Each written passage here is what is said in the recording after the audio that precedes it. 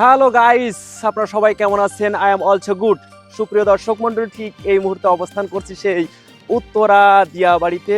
আর এই নদীর ধারে এই পানির যে সাইডে আসলে একটি মনোমুগ্ধকর একটি দৃশ্য কিন্তু আমরা দেখতে পাচ্ছি। যে আমার বান্ধবী কিন্তু চলে এসেছে আমার সাথে ঘোরার জন্য। বান্ধবী কেমন আছো?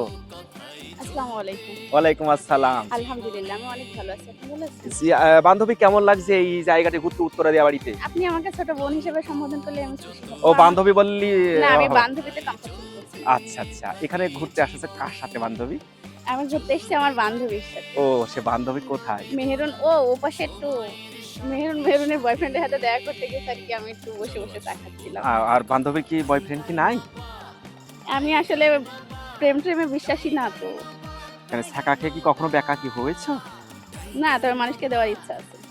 ও, মানুষকে দেওয়ার ইচ্ছা আছে, মানে নিজে খাওয়ার কোনো ইচ্ছা নেই? না, আমি খাইতে না, সুপ্রিয় খাওয়াইতে দর্শক ভালোবাসি। মন্ডলী, ঢাকা শহরে মেয়েদের সাথে কথা বলা মানে কঠিন কাজ, মানে কঠিন না, মানে তারা কথায় বড় পটু।